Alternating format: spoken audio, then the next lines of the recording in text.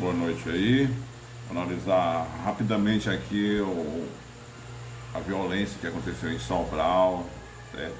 E culminou com o atentado à vida do ex-governador Cid Gomes, atual senador pelo Ceará, embora esteja em momento de licença, né? Foi muito grave o que aconteceu no dia de ontem, certo? Eu acho que o senador cometeu um erro porque não era dessa forma não é dessa forma que se deve abordar grevistas, seja lá quem for, sendo uma greve ilícita ou não, certo? Era de se esperar um pouco mais de equilíbrio da pessoa dele, não é? De tentar pular aquela cerca, né, a grade, indo até lá para dissuadir aqueles policiais de pararem com o movimento grevista, mas não foi do jeito que ele fez. Ele pegou uma retroescavadeira e foi em cima da grade, né, e culminou naqueles dois tiros que levou, né, no peito esquerdo, que mostra a intenção de matar por parte do atirador. É um dos amotinados, né? Não por acaso a Constituição proíbe greve de policiais dos setores armados, né? Não só policiais, mas também médicos, né? Outros setores ligados assim, à assistência à população, mas principalmente das categorias militares, porque é uma categoria armada, certo? E eles, antes disso, eles foram encapuzados, né, com touca ninja. Eles pegaram os carros os quais eles usam no trabalho e foram fechar o comércio de Sobral, intimidando os comerciantes, os vendedores, né, ameaçando a população, mandando fechar o comércio, baixar a porta. Isso, ninguém tem autoridade para isso. Só bandidos fazem isso, né? Os policiais aí já extrapolaram. E isso tem a ver o quê? Isso tem a ver com o ambiente implantado no Brasil, não é? Que foi feito pela imprensa no ataque à esquerda, no ataque ao PT, para derrubar o governo Dilma, para demonizar a esquerda, para demonizar o Lula, certo? Aí gerou esse ambiente, a caixa de Pandora foi aberta. E aí as classes militares, elas estão se sentindo autorizadas a cometerem excessos em nome de purgar a sociedade. A sociedade brasileira está sendo purgada. Os militares pensam assim: nós precisamos purgar. O que eu quero dizer com isso? Precisamos limpar a sociedade, limpar dos elementos indesejados.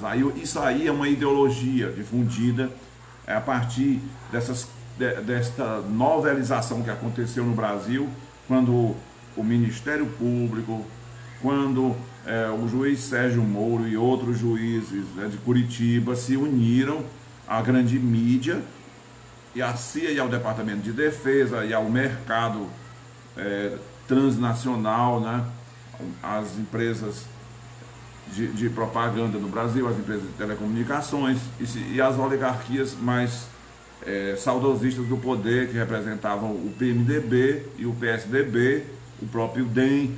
Então todo esse consórcio de forças se uniu para fazer uma espécie assim de lavagem cerebral, para derrubar o PT, derrubar o governo, para deslegitimar o governo que mais investiu no social no Brasil, que mais investiu no pobre, que mais investiu no Nordeste, que redistribuiu a riqueza, que agiu em vários setores para dar oportunidade aos pobres em geral. Então era preciso, depois de perder duas eleições para o Lula e mais duas para a Dilma, provavelmente perderia mais uma para o próprio Lula.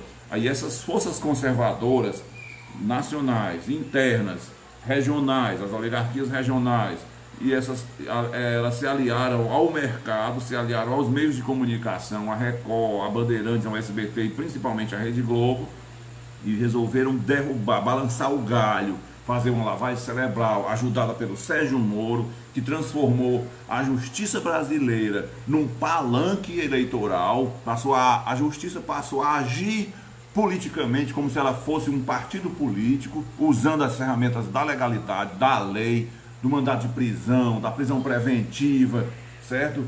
Da prisão em segunda instância.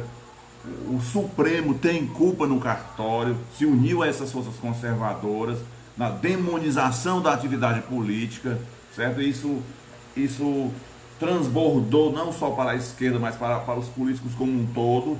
E aí o ódio se tornou um mote de oportunistas, quando um homem raso, um homem de bastidor, um homem do baixo clero, um homem vil, um homem vulgar, um homem vazio de conteúdo, aliado a setores reacionários da sociedade, aliado a partidos políticos de bastidores, né, de segundo escalão, partidos políticos inescrupulosos, aliado a igrejas também despreparadas, igrejas de pastores despreparados, inescrupulosos, que se desdobram também em canais de televisão, e resolveram transformar o ódio em plataforma política. O ódio ao pobre, o que eles chamavam de petralha. O petralha é as pessoas que cobram direito, que são as pessoas que reivindicam mais cidadania, mais dignidade. Enfim, o ódio se tornou bandeira política, o ódio se tornou plataforma eleitoral, o ódio se tornou um mote de campanha. A arma, não é? Aqui a arma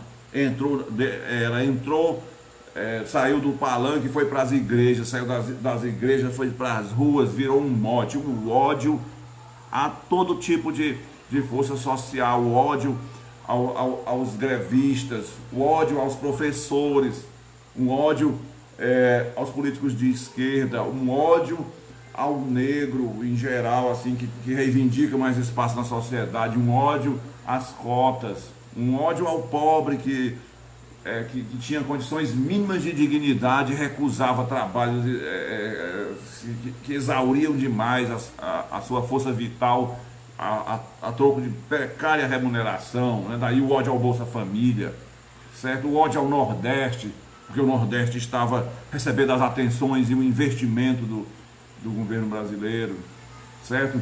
Então se colocou só em evidência só a corrupção, só os desvios que aconteceram. Não estou negando e nunca neguei, né, os desvios, mas eles foram superlativizados, eles foram exagerados, eles foram exacerbados. Então esse ódio pariu o Bolsonaro, esse ódio pariu o bolsonarismo, e o bolsonarismo se difundiu pelas forças armadas e pelas polícias, se difundiu pela classe média, se difundiu pelas oligarquias, pelas famílias tradicionais dos interiores do Brasil, principalmente aqui do Nordeste, né? Virou uma bandeira política. O ódio virou uma bandeira política, virou um discurso, virou uma ação do Estado.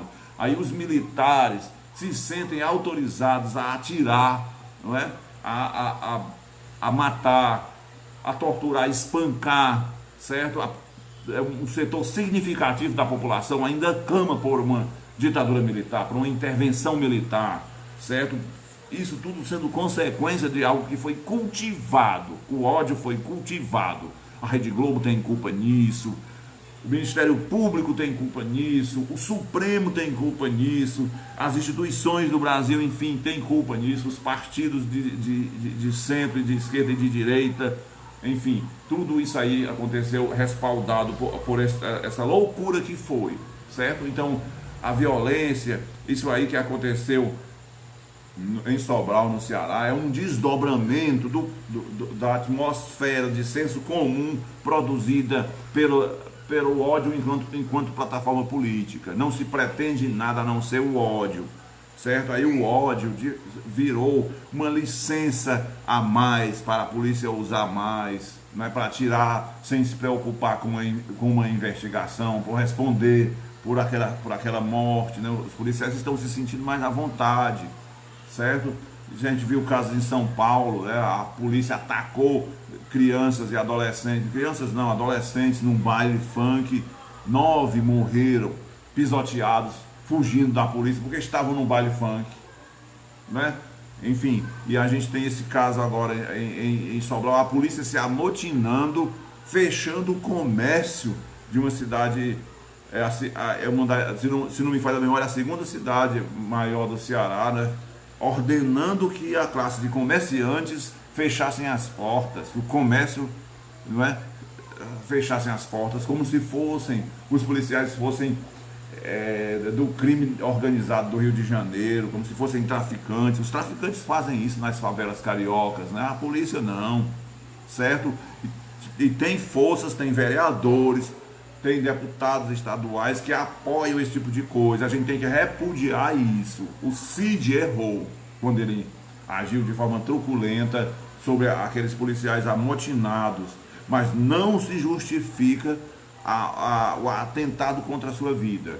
Isso é uma barbárie, uma loucura. A gente tem que arrefecer esses ânimos.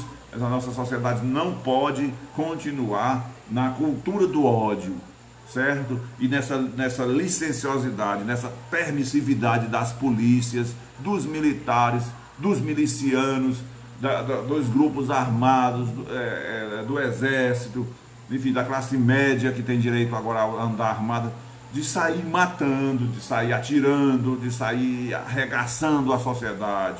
Isso não vai levar o Brasil a lugar nenhum, certo? Está dado o meu recado. Um abração para quem assistiu.